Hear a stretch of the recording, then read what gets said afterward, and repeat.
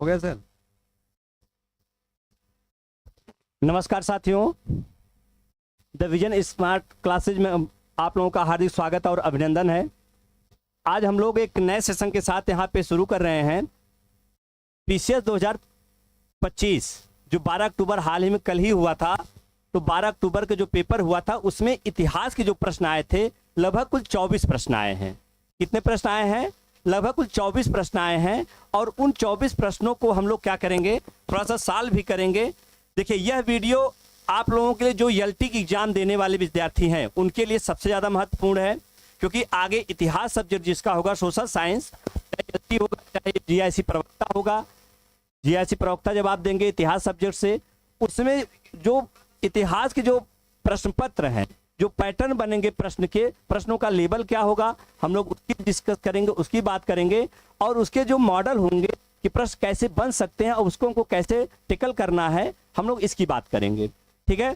तो और दूसरी चीज, जो पीसीएस परीक्षा देके जो विद्यार्थी आए होंगे उनके जो इतिहास सब्जेक्ट होंगे, इतिहास का पूरा सोल्यूशन हम लोग यहाँ देंगे। और इतिहास के जो प्रश्न बन रहे हैं, हो सकता है कुछ टेक्निकल हैं, क्योंकि इस बार का जो पेपर है देखने में तो बहुत अच्छा लग रहा है कि जैसे सब हम पढ़े हैं, सब कुछ हमको आ रहा है, लेकिन जो कूट दे दिया है, कूट की वजह से उसमें लोगों को गलतियां ज्यादा हो गई हैं। दूसरी चीज, उसमें इस बार अगर आपको अगर डेट पूरी तरह से इतिहास में कहा जाता है कि डेट सबसे ज्यादा पूछी जाती है, तो इस बार इस प्रश्न पत्र में देखने को मिलता है। ठीक है। सबसे ज्यादा अगर आपको जो घटनाएं हैं, घटनाओं की डेट अगर आपको क्लियर है, याद है, तभी आप उसको अच्छी तरीके से क्या कर सकते थे, उसको आप सॉल्व कर सकते थे। तो हम लोग शुरू करेंगे। तो पहला जो प्रश्न है हम लोग यहीं से शुरू करते हैं, देखते हैं। इसमें जो पहला प्रश्न है जो 2025 पीसीएस में आया हुआ है, वो उस प्रश्न क्या है? प्रश्न है निम्नलिखित, क्या है? निम्नलिखित में कौन सा ग्रंथ कालिदास के द्वारा नहीं लिखा गया है? ये तो एकदम सिंपल सा प्रश्न है। ये लगभग जो भी विद्यार्थी बैठे होंगे एग्जाम में, वो लगभग सब सॉल्व कर लिए होंगे, और वही नहीं सॉल्व कर पाए होंगे जो बहुत या पेपर को अच्छी तरीके से ध्यान से पढ़े नहीं होंगे। ठीक है। तो ये सिंपल सा प्रश्न है। तो आपको पता है मेघदूतम रघुवंशम, ये किसकी पुस्तक है? कालिदास की है। मेघदूतम रघुवंशम कालिदास की पुस्तक है, कालिदास का ग्रंथ है। लेकिन एक प्रश्न है श्रृंगार शतक, इसमें एक ऑप्शन है श्रृंगार शतक, यह किसका है? अगर कालिदास का यह नहीं है तो किसका है? यह किसका है? भृतहरि का है। किसका? भृतहरि का है। ध्यान रखना है आपको, भृतहरि जो थे उन्होंने शतक त्रय, क्या लिखे? शतक त्रय लिखा था। और शतक त्रय के अंतर्गत उनके 3 पुस्तक है, नीति शतक और वैराग्य शतक, और दूसरा क्या है, तीसरा क्या है? श्रृंगार शतक। 3 इनकी क्या है? पुस्तकें हैं। कौन कौन सी?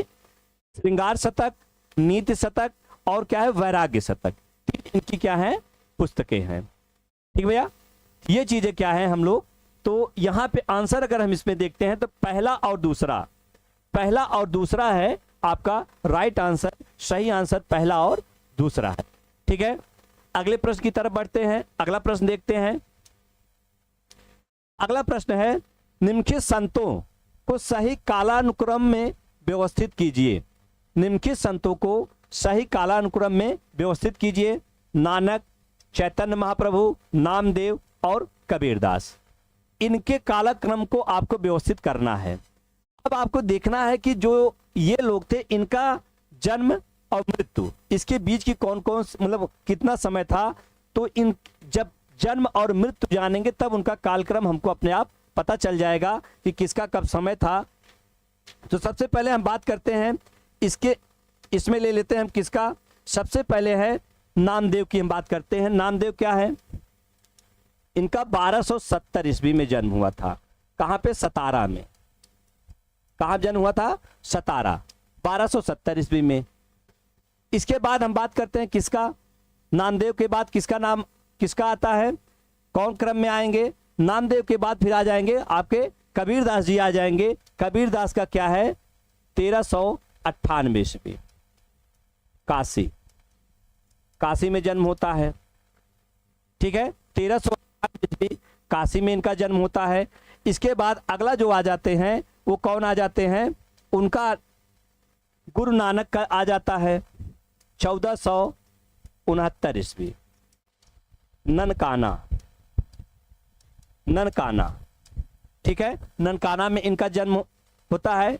और अंतिम जो आपका इसमें आ जाता है चैतन्य महाप्रभु का, और चैतन्य महाप्रभु का जो जन्म हुआ था 1485 ईस्वी में हुआ था। कब हुआ था, 1485 ईस्वी में। और 1485 ईस्वी में कहाँ हुआ था, नदिया में। नदिया जिला ये है बंगाल में, बंगाल यहां पर हुआ था। कहाँ हुआ था, नदिया में, बंगाल में हुआ था। ठीक है, ये क्या है, अब इसके अकॉर्डिंग हम लोग कूट मिलाते हैं। तो कूट देखते हैं कौन सा इसमें कूट सही है। तो सबसे पहले 1270 नामदेव, नामदेव मतलब तीसरा, तो 3 से हम स्टार्ट करते हैं। 3 आप देखेंगे 2 ऑप्शन में है, एक इसमें है, बी और डी दोनों में है। इसके बाद फिर दूसरे ऑप्शन के अंतर्गत हम लोग किसको लेते हैं, कबीरदास को, मतलब 3 और 4, जिसमें 3 और 4 ऑप्शन होगा तो 3 4 दोनों में है।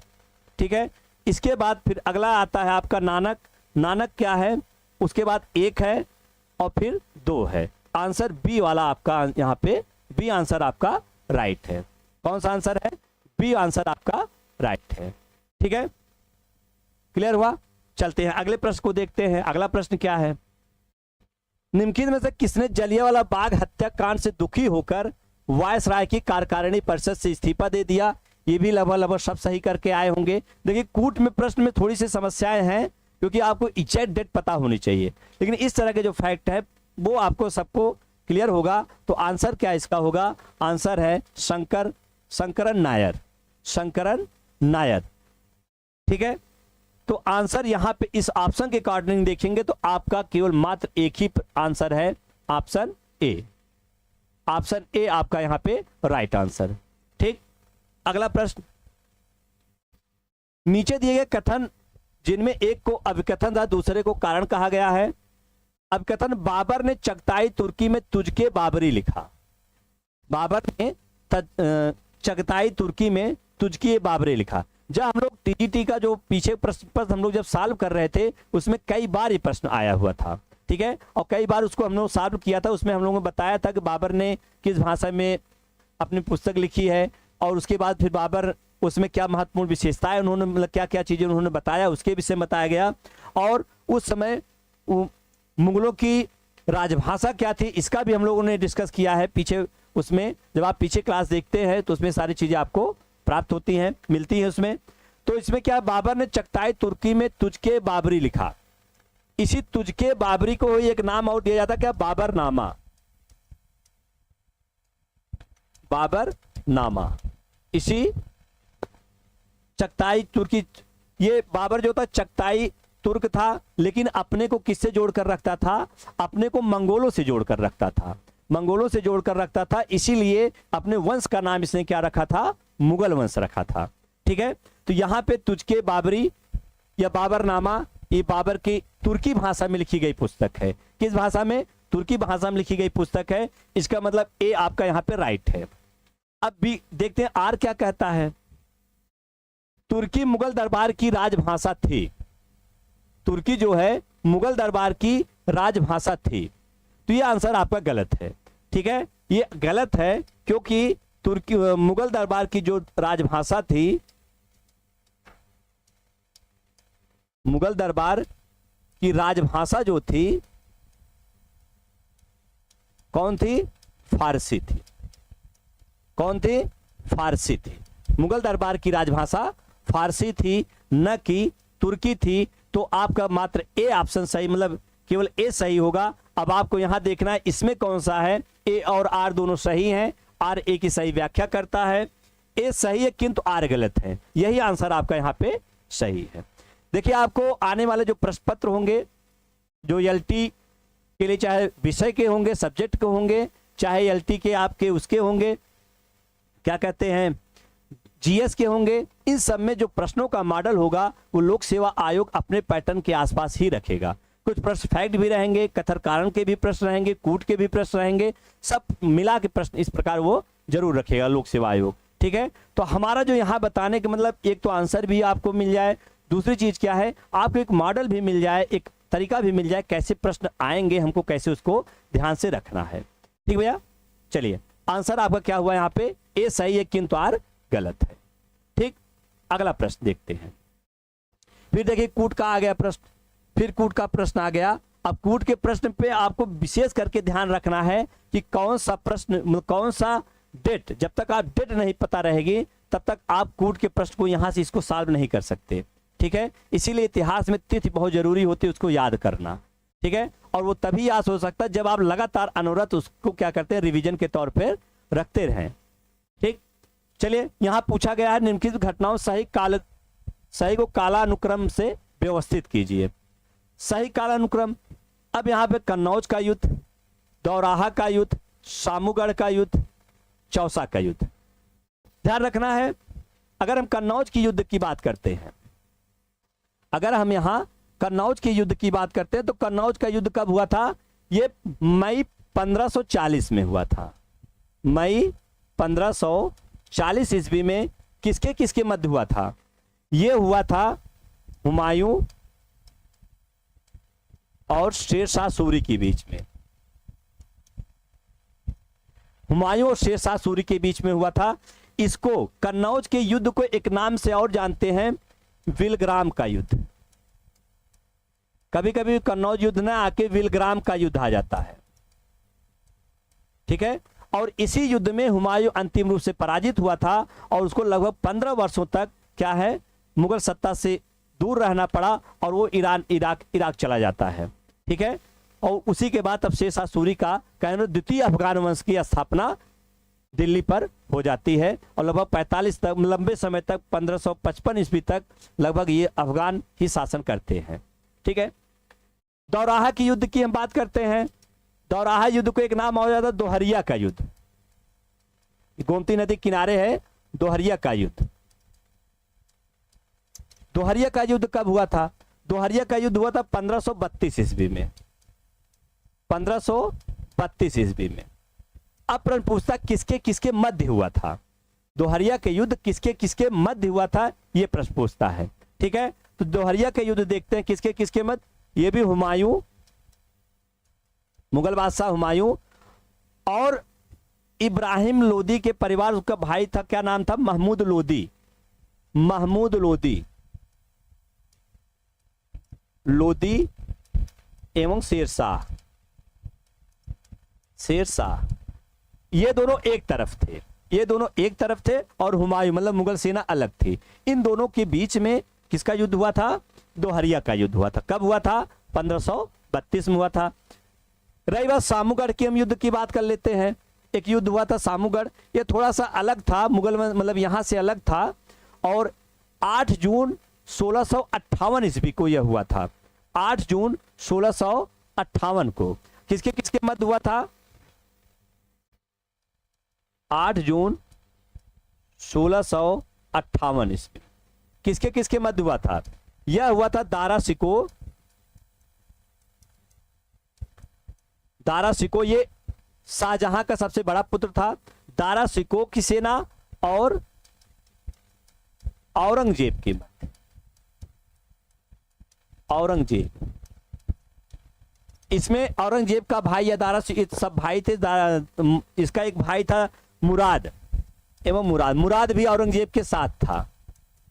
मुराद भी औरंगजेब के साथ मिलकर इसने दारा शिकोह के विरुद्ध क्या किया था, युद्ध लड़ा था। और इसी कारण, इसी युद्ध के कारण इसमें क्या है, यही युद्ध माना जाता है कि एक निर्णायक युद्ध हुआ था।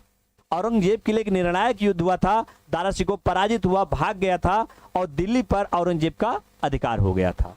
तो कहने का मतलब जो ये प्रश्न आपका, ये वेरी इंपॉर्टेंट प्रश्न है, ये वेरी इंपॉर्टेंट आपका अक्सर पूछा जाता है। रही बात चौसा की युद्ध की, हम बात कर लेते हैं। चौथा क्या है, चौसा की युद्ध की बात करते हैं तो ये 26 जून को हुआ था। 26 जून 1539 ईस्वी को, 1539 को चौसा का युद्ध हुआ था। अब यहां पे प्रश्न बनता है कि जो टोटल अगर हम बात करते हैं तो मई 1540 की ये हुआ, 1532 में दोहरिया का युद्ध हुआ और उसके बाद फिर क्या है, 8 जून 1658 में सामूगढ़ का युद्ध हुआ और 26 जून 1539 में किसका हुआ, चौसा का युद्ध हुआ। अब आप क्रम को बैठाना है। आप लोग भी कमेंट के माध्यम से बताते रहिए आंसर को, ठीक है। तो क्या हुआ, यहां पे ध्यान रखना है, सबसे पहले दोहरिया का युद्ध, तो मतलब दो ऑप्शन से देखना, पहले ये है ऑप्शन 2 से स्टार्ट करना है। 2 में ऑप्शन 2 है शुरुआत में, पहले दोहरिया का युद्ध होता है, इसके बाद फिर कौन सा युद्ध होता है, फिर चौसा का युद्ध होता है, मतलब 2 और 4, 2 4 दोनों में है। फिर इसके बाद देखिए उत्तर प्रदेश लोक सेवा आयोग की यही विशेषता है, वो डायरेक्ट आपको आंसर नहीं देने देगा, उसमें आपको विचार करने के लिए देगा। जब तक आप एग्जैक्ट नहीं पता है तो आप गलतियां कर जाएंगे, ठीक है। तो यहां पे जो था देखिए, इसमें भी 2 और 4 है, इसमें भी 2 और 4 है। अब आपको केवल एक ऑप्शन ही आपको यहाँ पे इधर उधर करेगा, एक ऑप्शन ही आपको इधर इधर करेगा। अतुल पाल जी प्रणाम, भैया प्रणाम, ठीक है। तो यहां पे ध्यान रखना है आपको कि 1 और 3, अब इसको आपको देखना है। तो इसके बाद कौन सा युद्ध हुआ था, कन्नौज का युद्ध हुआ था, फिर कन्नौज का युद्ध हुआ था, और लास्ट में क्या हुआ था, सामूगढ़ का युद्ध हुआ था। ऑप्शन ए आपका राइट आंसर, ऑप्शन ए आपका राइट आंसर, ठीक भैया।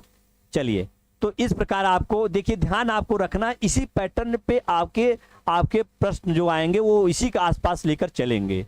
आयोग का ये फार्मूला है, तो आयोग इसी प्रकार आपका प्रश्न उठाकर लेकर चलेगा। इससे लो नहीं आएंगे, इससे कठिन ही प्रश्न आएंगे, ठीक है। चलिए अगला देखते हैं।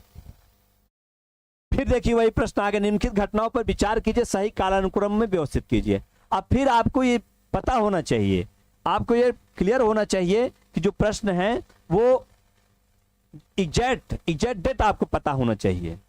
तो पूना समझौता की बात करें, इसके डेट को हम देखते हैं। पूना समझौता, तो पूना समझौता की हम बात करते हैं। पूना समझौता कब हुआ था, पूना और किसके बीच हुआ था। तो अगर हम इसकी बात करते हैं तो पूना समझौता जो हुआ था 26 सितंबर को हुआ था। कब हुआ था, 26 सितंबर। किसके किसके बीच, अंबेडकर और गांधी जी के बीच।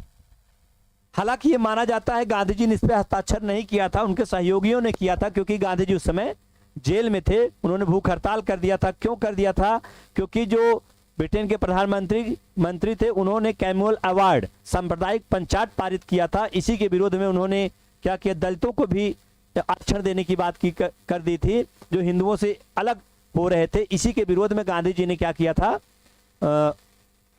जेल में ही आमरण अनशन करना शुरू किया, और लास्ट में गांधी जी के सहयोगियों के द्वारा फिर अंबेडकर उनमें समझौता हुआ, और समझौता उनके सहयोगियों ने हस्ताक्षर किया था। लेकिन मुख्य रूप से माना जाता है गांधी और अंबेडकर, ठीक है। कब हुआ था, 26 सितंबर 1932। कब हुआ था, 26 सितंबर 1932 को। दूसरा प्रश्न अगला आता है, सविनय अवज्ञा की समाप्ति। अगर सविनय अवज्ञा की समाप्ति की बात करते हैं तो इसकी जो पृष्ठभूमि बनती है, जब गांधी जी द्वितीय गोलमेज सम्मेलन में जाते हैं। द्वितीय गोलमेज सम्मेलन 1932 में जब ब्रिटेन जाते हैं, लंदन के सेंट जेम्स पैलेस में हुआ था, और वहां से जब वापस आते हैं, वहां ये होता है कि वो खाली हाथ आते हैं। जिस काम के लिए जाते, जिस उद्देश्य के लिए वो जाते हैं, वो उद्देश्य उनका पूर्ण नहीं हो पाता है। इसी कारण जब वहां पे आते, तो इसके पहले सविनय अवज्ञा आंदोलन चल रहा था 1930 से, तो उन्होंने फिर सविनय अवज्ञा आंदोलन को गति दी, सविनय अवज्ञा आंदोलन को गति दी। और लास्ट में अंतिम रूप से जब इसका कोई विशेष परिणाम न निकला, फिर जनता के उत्साह को कम देखते हुए, तब इन्होंने क्या किया, 1934 ईस्वी में इसे समाप्त कर दिया। कब समाप्त किया, 1934 ईस्वी में से समाप्त कर दिया था। अब अगला है गांधी इरविन समझौता। इसको देखिए कब होता है, तो गांधी इरविन समझौता 5 मार्च 1931 को होता है। कब होता है, 5 मार्च 1931 को। इसी समझौते के उस पे गांधी जी द्वितीय गोलमेज सम्मेलन होने के लिए में जाने के लिए राजी हुए थे, और द्वितीय गोलमेज सम्मेलन में कांग्रेस की तरफ से भाग लेने वाले गांधी जी थे। कांग्रेस मात्र द्वितीय गोलमेज सम्मेलन में अपने प्रतिनिधि के रूप में ही गांधी जी को भेजा। बाकी 2 और जो हुए थे, प्रथम और तीसरे में, उसमें कांग्रेस का कोई प्रतिनिधि नहीं गया था, ठीक है। तो 5 मार्च 1931। उसके बाद फिर अब देखिए प्रश्न आ ही गया कि द्वितीय गोलमेज सम्मेलन कब हुआ था। द्वितीय गोलमेज सम्मेलन प्रश्न आपका आ ही गया। तो 7 7 सितंबर से 7 सितंबर 1931 से 1931 से सॉरी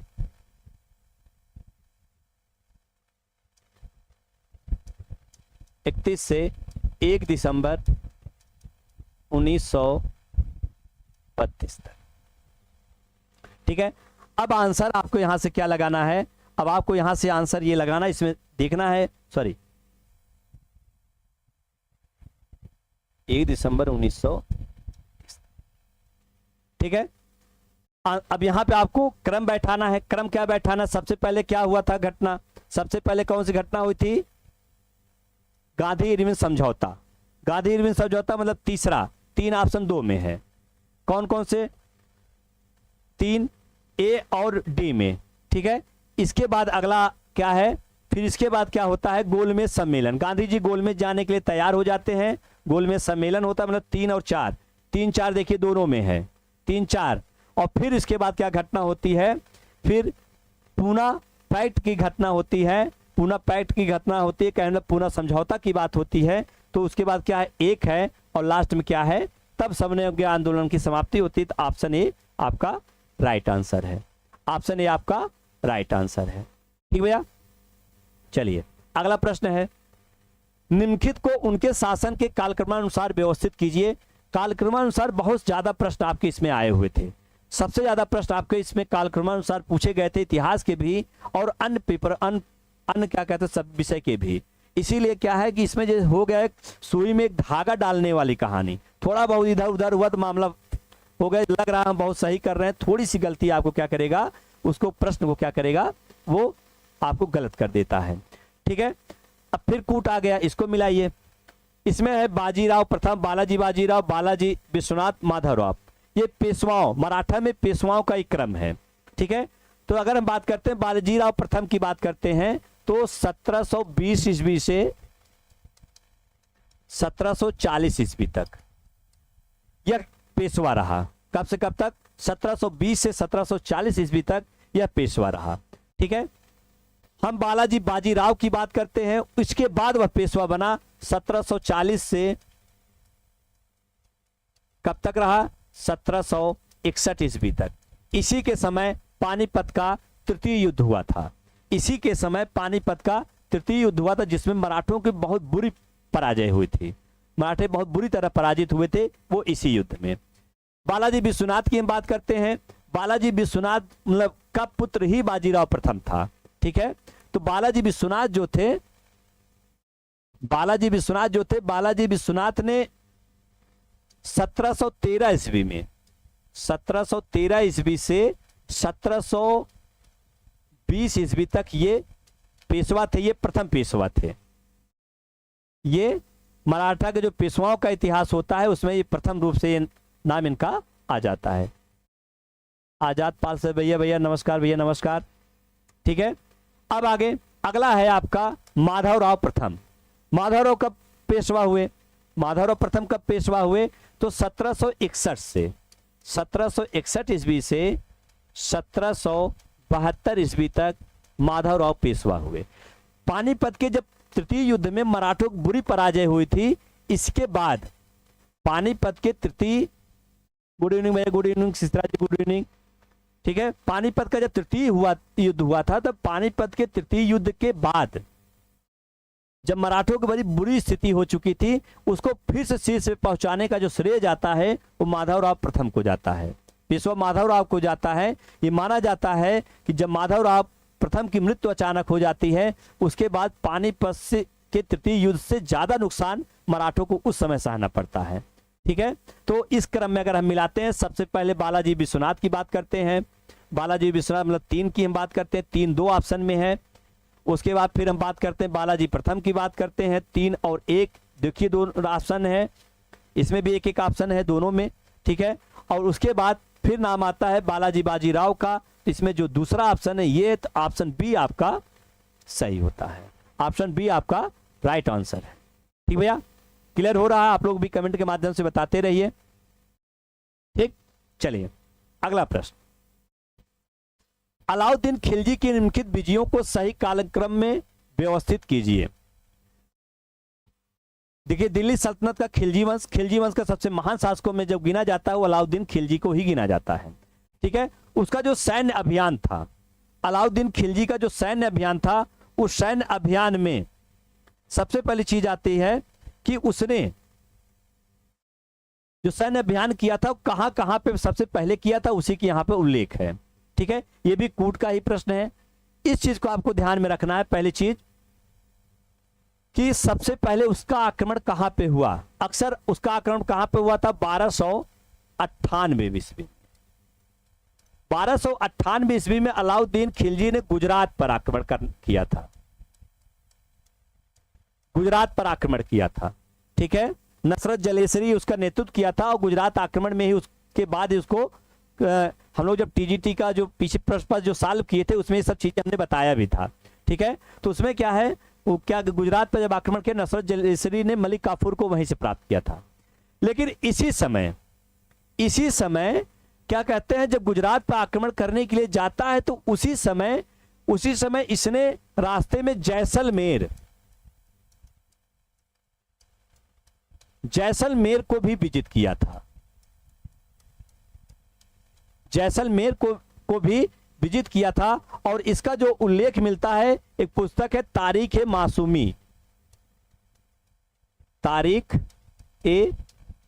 मासूमी, इसी पुस्तक में इसका उल्लेख मिलता है कि अलाउद्दीन खिलजी, एकमात्र पुस्तक यही है जिसमें उल्लेख मिलता है कि अलाउद्दीन खिलजी जब आक्रमण करने गया था गुजरात में, तो उसी समय गुजरात में जब आक्रमण करने गया था उसी समय उसने जैसलमेर को भी जीता था।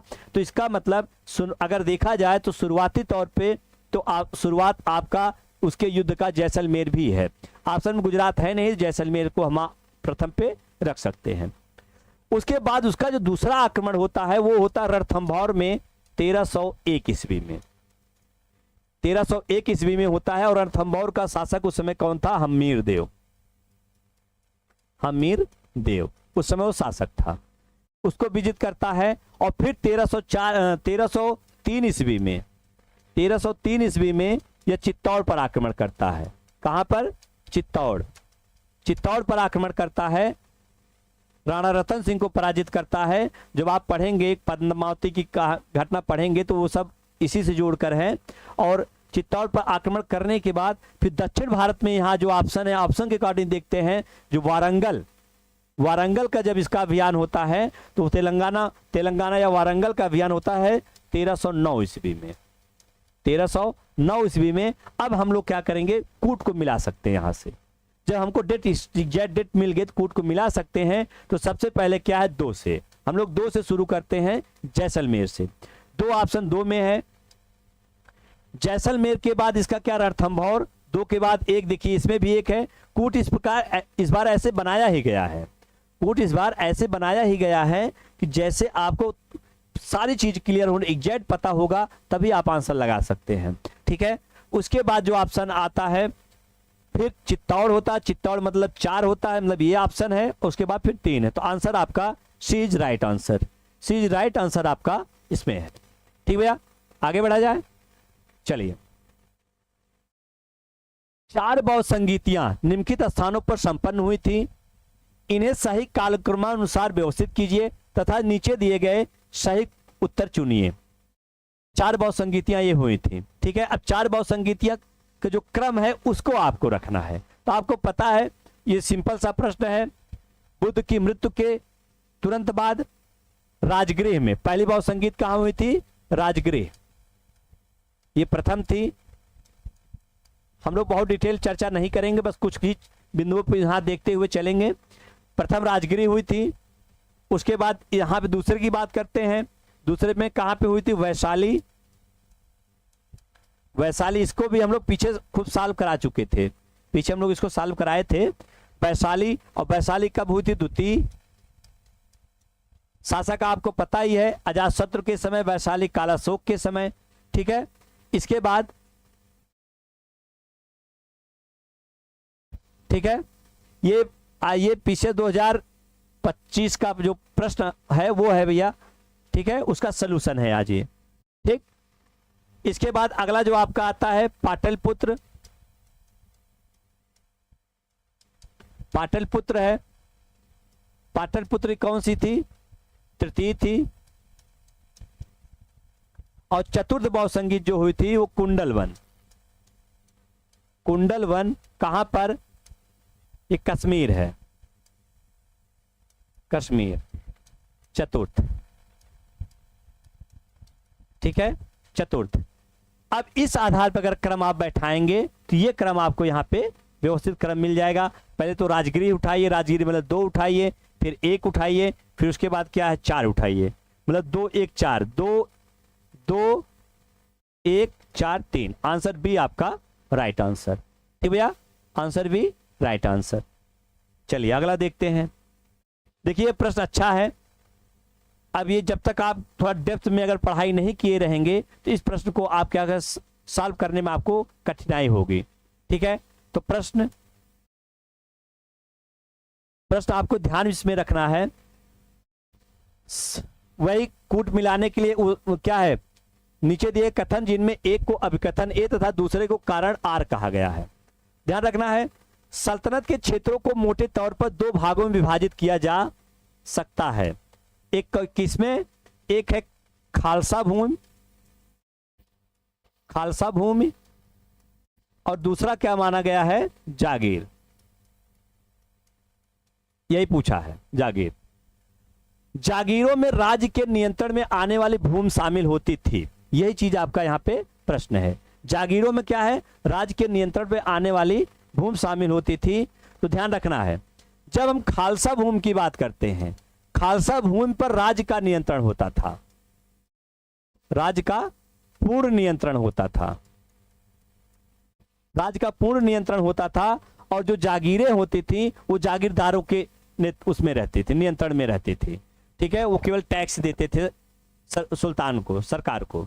ठीक है, तो यहां पे केवल टैक्स देते थे जागीरें। और लेकिन ये खालसा भूमि पूरी तरह से राज्य के नियंत्रण में होती थी। और ये इसका पूरी देख रेख राज्य किसी को भी दे सकता था और उससे उसको क्या करता था, जो निश्चित आय होती थी उसको प्राप्त कर सकता था।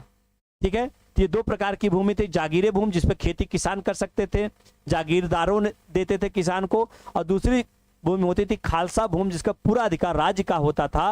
और इसी कारण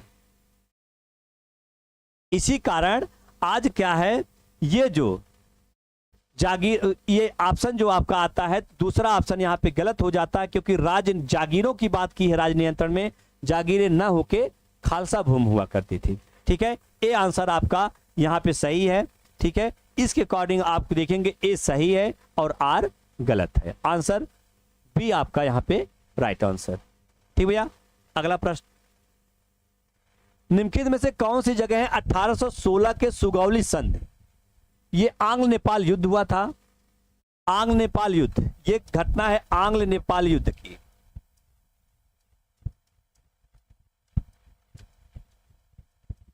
युद्ध, आंग्ल नेपाल जो युद्ध हुआ था वो 1814 ईस्वी से, 1814 से 1816 ईस्वी तक हुआ था। इसमें ब्रिटिश की तरफ से आक्टर लोनी, कौन? आक्टर लोनी, आक्टर लोनी के नेतृत्व में, अंग्रेजों की तरफ से आक्टर लोनी के नेतृत्व में गोरखों के ऊपर, नेपाल के जो गोरखे थे तो अमर सिंह थापा थे, उनके ऊपर क्या किया था इन्होंने? आक्रमण किया था। ठीक है, तो आक्टर लोनी ने जब आक्रमण किया तो एक लंबे समय तक युद्ध चला और बहुत सारे किले उन्होंने, अंग्रेजों ने जीत लिए। और मजबूर होकर अंग्रेजों ने क्या, गोरखों ने क्या किया? एक संधि की, और वही संधि क्या कह जाती है? सुगौली की संधि। 1816 में एक संधि होती है और इसी संधि को क्या कहते हैं? सुगौली की संधि। ठीक है, इसी संधि को सुगौली की संधि कहते हैं। अब ये सुगौली की जो संधि होती है,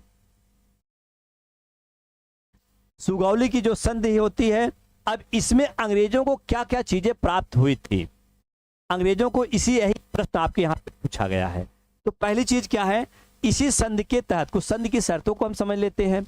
इसी संधि के तहत क्या था? अंग्रेजों को काठमांडू में एक अंग्रेज एक अंग्रेजी रेजिडेंट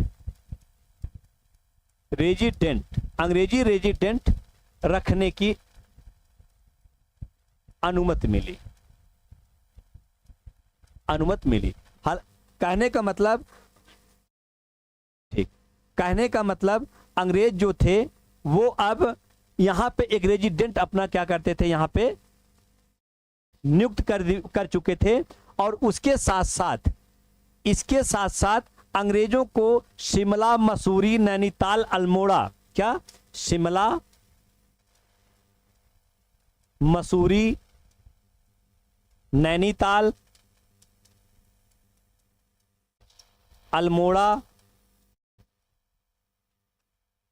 शिमला, मसूरी, नैनीताल, अल्मोड़ा, उसके साथ साथ गढ़वाल, कुमायूं, ये सब क्षेत्र प्राप्त हुए। क्या प्राप्त हुए? गढ़वाल, कुमायूं, ये सब जो थे, ये सारे क्षेत्र अंग्रेजों को प्राप्त हुए। ये सब ठंडे क्षेत्र थे, अंग्रेजों को ये सब प्राप्त हुए। वही प्रश्न पूछा, ईस्ट इंडिया कंपनी कौन से क्षेत्र प्राप्त हुए थे। ठीक है, तो ऑप्शन में यहाँ पे काठमांडू नहीं था, काठमांडू में उनके अधिकार में ही था, वहां पे अंग्रेजी रेजिडेंट नियुक्त किया गया था। लेकिन इसमें से अगर आपको देखिए कौन कौन से प्राप्त हुए, शिमला भी प्राप्त हुआ है, रानीखेत भी था ऑप्शन में, रानीखेत और नैनीताल, ये सब क्या थे, अंग्रेजों को वो जो क्षेत्र थे वो प्राप्त हुए थे। अब इसके अकॉर्डिंग जो ऑप्शन आपका सही होगा, 2, 3, 4 ऑप्शन आपका राइट आंसर है। 2, 3, 4 आपका राइट आंसर है। ठीक भैया, बिल्कुल भाई, बेसिक बिल्कुल पढ़ाएंगे बेसिक। ठीक है, चलिए अगला प्रश्न है। फिर देखिए कूट का आ गया। जब तक आपको इन कूट में इन सबको, आप पूरे युद्ध को या कुछ डेट को नहीं पता होगी, तब तक आपको समस्या होगी। ठीक है, निम्नलिखित युद्धों में विचार कीजिए तथा इन्हीं को कालक्रम में आप व्यवस्थित कीजिए। अब प्रश्न यही है कि प्रथम आंग्ल मैसूर युद्ध की बात कर रहा है, द्वितीय आंग्ल फ्रांसीसी युद्ध की बात हो रही है। जब तक आपको डेट पूरी तरह नहीं पता होगी, तब तक आपका आंसर क्लियर नहीं हो सकता। ठीक भैया, चलिए हम बात करते हैं प्रथम आंग्ल मैसूर युद्ध की। जो प्रथम आंग्ल मैसूर युद्ध हुआ था वो 1769 ईस्वी। कब से कब तक हुआ था? 1769 ईस्वी से लेकर 1767 ईस्वी से 67 से 1769 ईस्वी तक हुआ था। किसके किसके मध्य हुआ था? हैदर अली और अंग्रेजों के मध्य, हैदर अली और अंग्रेजों के मध्य ये हुआ था। ठीक भैया, द्वितीय एंग्लो फ्रांसीसी युद्ध कब हुआ था? मतलब इसको कहते हैं द्वितीय कर्नाटक का युद्ध। इसको एक नाम से और जानते हैं, द्वितीय कर्नाटक का युद्ध के नाम से जानते हैं। तो द्वितीय कर्नाटक का युद्ध कब हुआ था?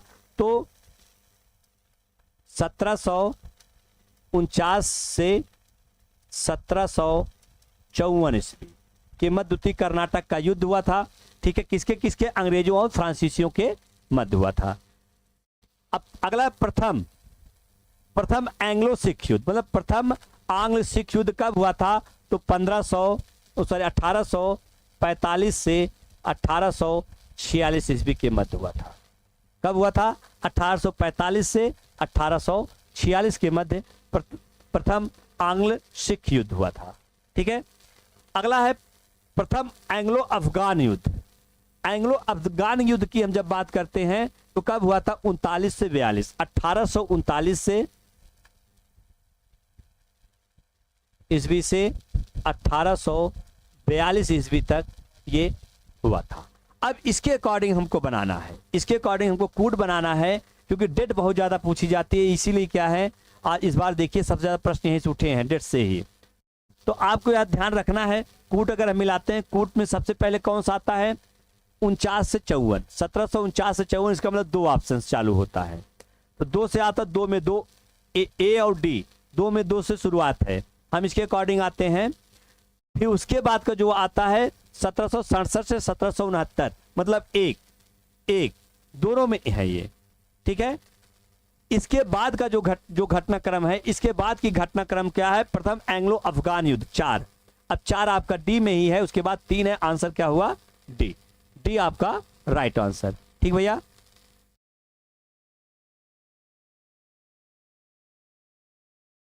ठीक। चलिए अगला प्रश्न है, ये भी देखिए। प्रश्न, निम्नलिखित कौन सी घटना 1911 में घटित हुई?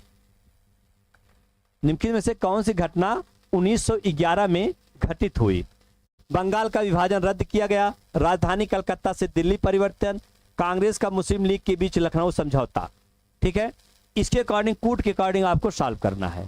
तो आपको पता होगा कि 1911 में दिल्ली दरबार का आयोजन हुआ था, दिल्ली दरबार।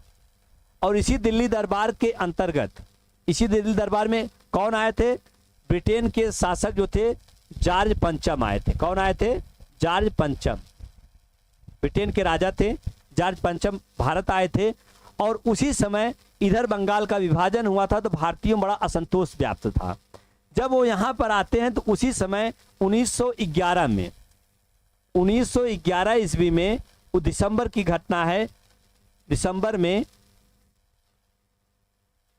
जब दिल्ली दरबार का आयोजन हुआ, उसी समय यहां पे बंगाल विभाजन को, जो विभाजन हुआ था, उसको रद्द करने की घोषणा की गई। क्या किया गया? बंगाल विभाजन, बंगाल विभाजन रद्द किया गया, रद्द किया गया। ठीक है। दूसरा है, राजधानी कलकत्ता से दिल्ली परिवर्तित हुई। यहां की राजधानी जो है, राजधानी कलकत्ता से दिल्ली गई। इसी कलकत्ता से दिल्ली गई, दिल्ली गई।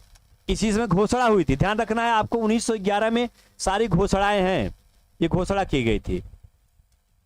ठीक है। बाद में उसी में बिहार से उड़ीसा को एक अलग प्रांत बनाने की भी घोषणा की गई थी। बहुत सारे, बंगाल को एक अलग प्रांत, बंगाल से बिहार को एक अलग प्रांत बनाने की घोषणा की गई थी। लेकिन सारी घोषणाएं जो लागू की गई थी, सारी घोषणाएं कब लागू की गई थी? 1912 में, 1912 ईस्वी में लागू की गई थी। ठीक है। अब इसके अकॉर्डिंग यहाँ पे थोड़ा सा और, यहाँ बात करते हैं कांग्रेस मुस्लिम लीग के बीच लखनऊ समझौता। जो लखनऊ समझौता की बात करते हैं, ये तो एकदम सीधे गलत है, क्योंकि लखनऊ समझौता 1916 ईस्वी में कांग्रेस के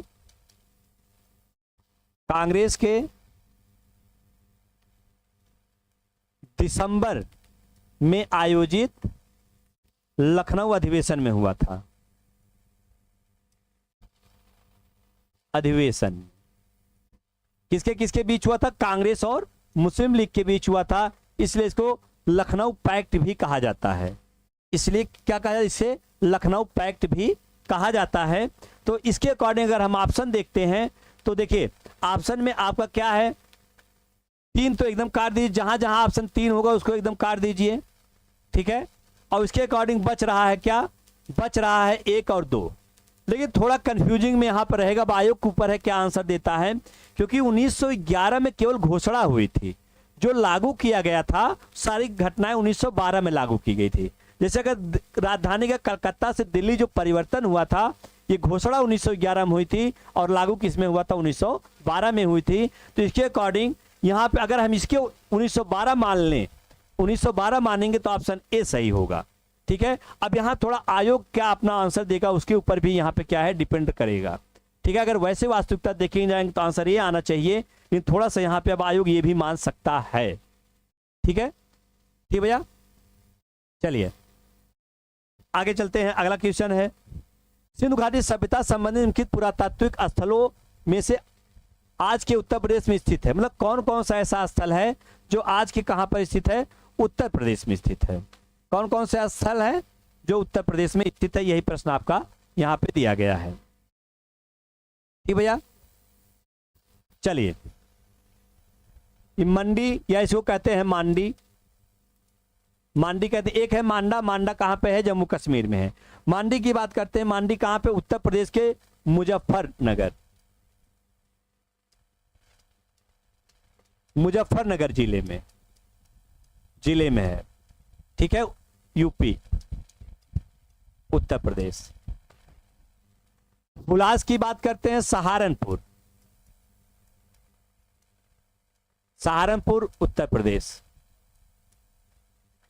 राखीगढ़ी की बात करते हैं, हरियाणा में है, जिंद जिला में, जिंद जिला, ठीक है, यहां पे स्थित है। उत्तर प्रदेश के कुछ अगर हम और स्थलों की बात करते हैं कि कौन उसमें स्थित है, तो उसमें आपका क्या आ जाता है, एक आलमगीर का नाम सुने होंगे, आलमगीरपुर, आलमगीरपुर, ये हड़प्पा सभ्यता का सबसे पूर्वी स्थल है। ये किस जिले में, मेरठ में है। एक और नाम है उत्तर प्रदेश का, वो उसका नाम है चांदीपुर।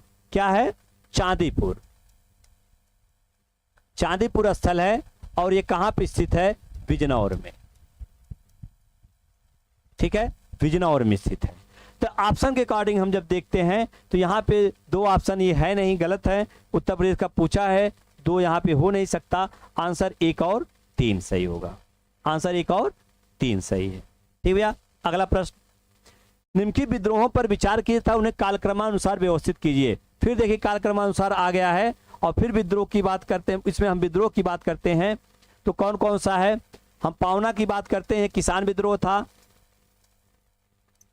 ये 1873 ईस्वी में हुआ था। 1873 ईस्वी से ये कब तक हुआ था, पावना का विद्रोह 1876 ईस्वी, 1876 ईस्वी कहां पर हुआ था, ये बंगाल में। नील विद्रोह की बात करते हैं, ये भी किसान था, किसान विद्रोह था। इसको माना जाता है कि 1857 की क्रांति के बाद होने वाला प्रथम ये बड़ा विद्रोह के रूप में इसको लिया जाता है। तो ये कब हुआ था, 1859 ईस्वी में हुआ था। ये भी कहां पर हुआ था, बंगाल में। दोनों किसान विद्रोह थे, ठीक है, दोनों किसान विद्रोह थे। इसी नील विद्रोह पर नीलबंधु ने, दीनबंधु मित्र ने क्या लिखा, नील दर्पण अपनी पुस्तक लिखी है। दिगंबर विश्वास और विष्णु विश्वास, ये दोनों इसका नेतृत्व किए हुए थे। इसके बाद बात करते हैं कूका आंदोलन। कूका आंदोलन निम्न जातीय आंदोलन था, तो धार्मिक से जोड़कर था। क्या था, धार्मिक से जोड़कर था। ये धार्मिक जोड़कर था, कहां पर था, पंजाब में, पंजाब में। कूका आंदोलन कहां पर हुआ था, पंजाब में हुआ था। और कब हुआ था, सबसे बड़ी चीज ये है, यही प्रश्न आपका पूछा गया है, कूका आंदोलन कब शुरू हुआ था, ये 1840 ईस्वी से शुरू हुआ था। भगत जवाहरमल के नेतृत्व में प्रारंभ हुआ था, लेकिन 1872 ईस्वी तक ये राम सिंह कूका के नेतृत्व में चला, राम सिंह कूका के नेतृत्व में चला। किसके नेतृत्व में, राम सिंह कूका के नेतृत्व में यह 1872 ईस्वी तक चलता रहा। ठीक है, सन्यासी विद्रोह की हम बात करते हैं। सन्यासी विद्रोह जो हुआ था, ये 1773 ईस्वी से स्टार्ट हुआ था। कब हुआ था, बंगाल में, 1763 ईस्वी से स्टार्ट हुआ था और 1800 ईस्वी तक चला था। लाल विलेजली ने अंतिम रूप से इसको दबाया था, और ये कहा, ये भी बंगाल में हुआ था। और इसी विद्रोह के ऊपर, इसी विद्रोह की कथा के ऊपर बंकिम चंद्र चटर्जी ने आनंदमठ पुस्तक लिखी है। आनंदमठ पुस्तक लिखी, कौन लिखा है, बंकिम चंद्र चटर्जी लिखा है। और इसी में सबसे पहले वंदे मातरम का उल्लेख मिलता है, क्योंकि यहां ये सन्यासी थे, ये भवानी के पूजक थे, और इन्होंने क्या किया था, जब ये निकलते विद्रोह, जब इन्होंने वंदे मातरम गीत गाते हुए चलते थे, और उसी का उन्होंने आनंदमठ में बंकिम चंद्र चटर्जी ने क्या किया था, अपना जिक्र किया था। वहीं से प्रश्न बनाया गया है। अब ऑप्शन के अकॉर्डिंग देखते हैं। सबसे पहले क्या था, 1763 ईस्वी। क्या था, 1763 ईस्वी। तो 4 से हम लोग स्टार्ट करते हैं, 4-2 में ऑप्शन में है। ठीक है, दूसरा जब हम यहाँ पे स्टार्ट करते हैं तो हम लोग क्या करते हैं, 3 की बात करते हैं, क्योंकि कूका आंदोलन 40 में स्टार्ट हो गया था। 3 की ही बात करते हैं, तो 3 है। और उसके बाद फिर अगला जो ऑप्शन आपका आता है, फिर अगला ऑप्शन कौन सा है, 59 है, 2 है, 2 है, और लास्ट में क्या है, 1 है। डी राइट आंसर आपका यहां से बनता है। ठीक भैया, चलिए अगला प्रश्न। देख, कुछ शासक हैं कुछ राजवंश, ये कूट मिलाने के लिए है, शासक और राजवंश। इसमें देखते हैं सबसे पहले महेंद्र वर्मन, ये किस वंश का शासक था? ये पल्लव वंश का शासक था। पल्लव वंश के महत्वपूर्ण शासकों में प्रथम शासक ये था महेंद्र वर्मन। ठीक है, महेंद्र वर्मन प्रथम। ठीक, इसके बाद कडुगोन जो था, ये कडुगोन कौन था? पांड्य शासक था। अमोघ वर्ष प्रथम जो था ये राष्ट्रकूट शासक था, और राजराज प्रथम जो था वो चोल शासक था। इसके अकॉर्डिंग जब हम लोग मिलाते हैं, इसमें देखते हैं ए का 2, एक से स्टार्ट करते हैं, 2 2 में ऑप्शन में है, बी का 4 है, बी का 4 दोनों में ऑप्शन है, और सी का क्या है? 1 है। तो ये राइट आंसर सी आपका राइट आंसर हुआ। ठीक भैया, क्लियर है? चलिए अगला प्रश्न। नीचे 2 कथन दिए गए हैं, इनमें से एक अभिकथन ए दूसरे को कारण आर कहा गया है। मुगल सम्राट अकबर ने फतेहपुर सीकरी में बुलंद दरवाजा का निर्माण करवाया था। हम लोग जो पीछे सॉल्व कर रहे थे प्रश्न पत्र, इसको भी ये सब प्रश्न हम लोगों ने सॉल्व किया था। ठीक है, मुगल सम्राट अकबर ने फतेहपुर सीकरी में बुलंद दरवाजा का निर्माण करवाया था। तो क्यों करवाया था, किसकी याद में करवाया था, यही प्रश्न है। आर में दिया गया, अकबर ने इस स्मारक का निर्माण अपने पुत्र जहांगीर के जन्म की याद में कराया था। तो क्यों कराया था, ये चीज ध्यान रखिएगा, ये गुजरात विजय के उपलक्ष्य में कराया था। गुजरात विजय के उपलक्ष्य में, गुजरात विजय के उपलक्ष्य में अकबर ने करवाया था, न कि पुत्र के जन्म की याद में करवाया था। तो आर आपका यहाँ पे गलत है, तो केवल ए सही है और आर आपका गलत है। तो राइट आंसर बी हुआ। निम्नलिखित घटनाओं पर विचार किया था, इन्हें सही कालक्रमानुसार व्यवस्थित कीजिए। फिर देखिए कालक्रमानुसार आ गया, फिर कालक्रमानुसार आ गया। तो कालक्रमानुसार की अगर हम बात करते हैं तो यहां पे देखिए फिर कालक्रमानुसार मिला आपको। ठीक है,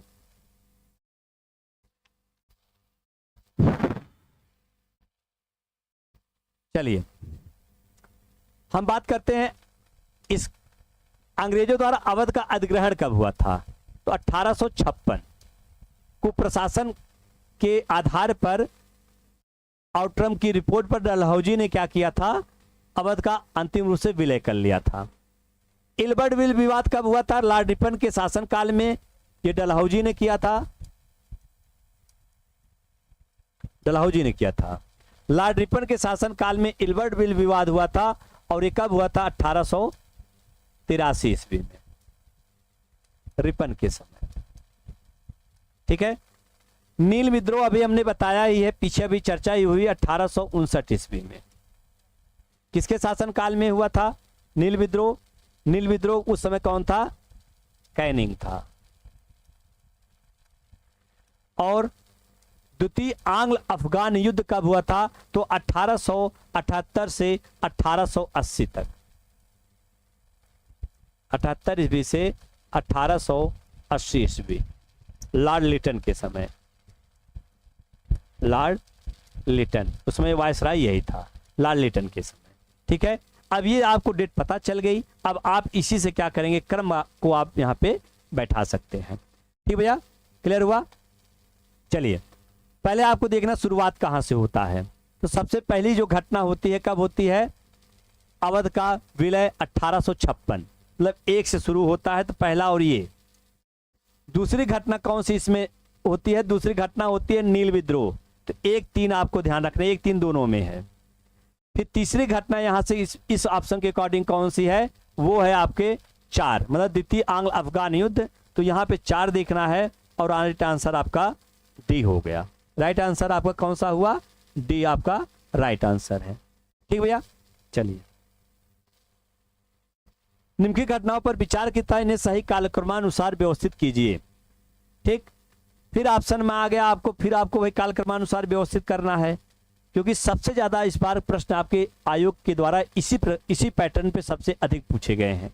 और जो आपको अगर डेट क्लियर है तो डेट के अकॉर्डिंग ही आप इसको क्या कर सकते हैं, अच्छे से लगा सकते हैं। क्रिप्स मिशन कब आया था? मार्च 1942 में आया था, सबको पता होगा। कैबिनेट मिशन कब आया था? मार्च 1946 में आया था, 46 में आया था। शिमला समझौता, कंफ्यूजन शिमला समझौता और वेवल योजना के में ही होती है, क्योंकि शिमला समझौता कब होती है? 25 जून से 14 जुलाई तक। 25 जून से 14 जुलाई 1945 ईस्वी में होता है। ठीक है, और इसके बाद विवल योजना की हम बात करते हैं तो विवल योजना कब होता है? विवल योजना कब था? उसी के कुछ समय पहले 14 जून 1945। ये डेट थोड़ा सा आपको कंफ्यूजिंग डेट यहाँ पे आती है। ठीक है, अब आपको यहाँ से मिलाना है तो सबसे पहले कौन सी घटना घटी है? Cripps mission. क्रिप्स मिशन कितना समय है? एक, मतलब कौन सा ऑप्शन है? एक है। एक से आपको यहाँ पे स्टार्ट करना है। तो पहला क्रिप्स मिशन, फिर दूसरा सबसे नजदीक में क्या आ जाता है? ये 14 जून 1945, मतलब वेवेल योजना, मतलब 1 और 4 जो होगा, 1 4 दोनों में है। इसके बाद तीसरा ऑप्शन आता है आपका, क्या है? ये 25 जून से 14 जुलाई, मतलब शिमला समझौता, मतलब 3 ऑप्शन होगा। 3 ऑप्शन जहाँ पे है वो आंसर आपका सही है, डी आपका राइट आंसर। ठीक भैया, चलिए अगला प्रश्न है, सूची 1 को सूची 2 से सुमेलित कीजिए। लेखक और इनके ग्रंथ। त्रिविक्रम भट्ट जो थे वो इन्होंने नल चंपू शैली में, संस्कृत में इन्होंने पहला जो चंपू शैली में गद्य और पद्य इसमें जो लिखने वाले थे ये त्रिविक्रम भट्ट थे। इन्होंने नल दमयंती की कथा का क्या किया है? इस ग्रंथ में उल्लेख किया है। ठीक है, किसका उल्लेख किया है? नल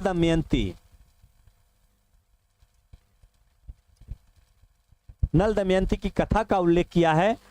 दूसरा क्या है? सोमदेव की पुस्तक है कथा सरित सागर। कौन पुस्तक है? कथा सरित सागर है। और जयदेव की पुस्तक है गीत गोविंद, और क्षेमेंद्र की है बृहद कथा मंजरी। ये लगभग सबका सही आंसर होगा। अब कूट के अकॉर्डिंग आप इसमें देख लीजिए, ए का 3, यही ऑप्शन है, बी का 4, सी का 2 और डी का 1। आंसर ए आपका राइट है। चलिए अगले प्रश्न को देखते हैं। एला चैपल संधि, एला सापेल बोला जाता है इसको, एला सापेल संधि 1748 ईस्वी के संदर्भ में कथनों में से कौन से कथन सही हैं? ध्यान रखना, सही हैं। सही क्या है? प्रथम कर्नाटक युद्ध समाप्त हुआ, मद्रास अंग्रेजों को वापस कर दिया गया। ध्यान रखना है, जब प्रथम कर्नाटक युद्ध आंग्ल फ्रांसीसी युद्ध चल रहा था उसी समय क्योंकि यह यूरोप में जो युद्ध हुआ था, यूरोप में ऑस्ट्रिया का जो युद्ध हो रहा था ऑस्ट्रिया के लिए, ब्रिटेन और फ्रांस में, तो वहां का परिणाम था भारत में भी स्टार्ट हो गया था। ठीक है, प्रथम आंग्ल फ्रांसीसी युद्ध, इसी का परिणाम। तो जब वहां पे संधि होती, वहां की संधि कौन सी थी? यूरोप में एला सापेल की संधि यूरोप में हुई थी। यूरोप में एला सापेल की संधि हुई थी, और कब हुई थी? 1748 ईस्वी में हुई थी। ठीक है, जब वहां संधि होती है तो उसी तरह यहां पर भी संधि हो जाती है, और इसी कारण क्या था कि कर्नाटक युद्ध को यहां पर भी क्या कर दिया गया? समाप्त कर दिया गया। तो ये पहला ऑप्शन आपका, ये पहला सही है। उसमें परिणाम क्या हुआ था? फ्रांसीसियों ने मद्रास जीत लिया था, अपने कब्जे में ले लिया था। उस संधि के अनुसार क्या था? मद्रास जो था अंग्रेजों को फ्रांसीसियों ने वापस किया, मतलब अंग्रेजों के पास मद्रास वापस आ गया। और फ्रांसीसियों को क्या मिला? फ्रांसीसियों को क्या प्राप्त हुआ? फ्रांसीसियों को जो मिला वो अमेरिका में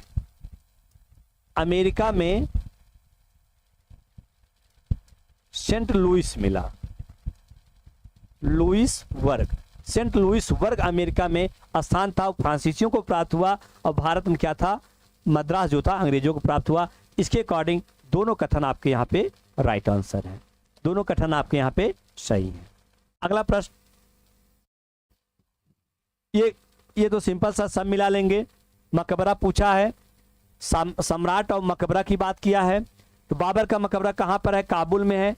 पहले आगरा के आराम बाग में था, लेकिन इसकी पत्नी ने इसे शेरशाह सूरी के समय इसको क्या किया? इसकी अस्थियों को निकलवाकर काबुल में फिर दफनाया। तो ये इसका मकबरा कहाँ हुआ? काबुल।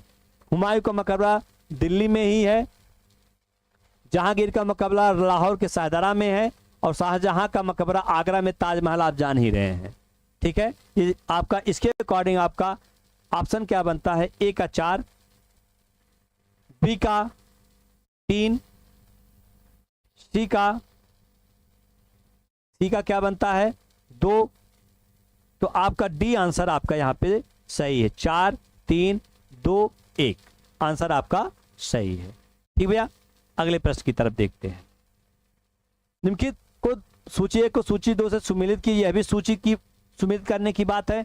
इस प्रकार के प्रश्न सर्वाधिक आए हैं कूट के प्रश्न और सूची सुमेलित करने के लिए। तो आपको ध्यान रखना, आने वाले परीक्षा में भी इसी पैटर्न पे प्रश्न आपके आ सकते हैं। ठीक बा, ठीक भैया, चलिए। तो इसमें पूछा शिष्य कौन और गुरु, मतलब कबीर के गुरु कौन थे? तो आपको पता होगा स्वामी रामानंद थे। अमीर खुसरो के गुरु कौन थे? निजामुद्दीन औलिया थे। सूरदास के गुरु वल्लभाचार्य थे। और मर्दाना ये गुरु नानक के समय बहुत लंबे समय तक, बहुत पहले मित्र के रूप में और शिष्य के रूप में थे और बहुत लंबे समय तक ये गुरु नानक के साथ रहे। ठीक है, तो इसके अकॉर्डिंग जो ऑप्शन आपका बन रहा है, ए का 2 बन रहा है, बी का 3 बन रहा है, सी का 4 बन रहा है और डी का 1 बन रहा है। ऑप्शन बी आपका यहाँ पे राइट आंसर, बी आपका राइट आंसर। ठीक है, अंतिम प्रश्न है, सूची 1 को सूची 2 से सुमेलित कीजिए। गवर्नर जनरल और उनके योगदान। ठीक है, गवर्नर जनरल और उनके योगदान। यहां पर ध्यान रखना है कि लॉर्ड डलहौजी के समय कौन सी महत्वपूर्ण चीज हुई थी? तो व्यक्तिगत सिद्धांत, इसको कहते हैं हड़प नीति। हम लोग इसकी भी चर्चा कर चुके थे जब ये सब प्रश्न आपको लगभग प्रश्न आपको उसी में सॉल्व जो हम लोग किए थे उसी में से लगभग प्रश्न आपको यहां से देखने को मिल रहे हैं। ठीक भैया, ठीक, चलिए। उसके बाद क्या है? Lord Curzon. लॉर्ड कर्जन के समय कौन से बहुत महत्वपूर्ण निर्णय लिए गए थे? बंगाल विभाजन का निर्णय लिया गया था। लॉर्ड विलियम बेंटिंग के समय सती प्रथा का अंत किया गया था, जो कानून बनकर आया था। और लॉर्ड कॉर्नवालिस के समय अस्थायी बंदोबस्त लागू किया गया था। तो इसके अकॉर्डिंग अगर हम ऑप्शन देखते हैं तो क्या है? ए का लास्ट है 4 है, बी का क्या है? 3 है, तो 4 है, 3 है, 3 है। और सी का क्या है? सती प्रथा का अंत मतलब क्या है? सी का 2 है। तो आपको यहाँ पे ध्यान रखना, सी के 2 में कौन सा है? तो ये है और ले। लास्ट ऑप्शन क्या है? आंसर क्या आपका? ए आपका आंसर, राइट आंसर। ठीक है, तो इसके यहां तक के आपके इसमें प्रश्न है।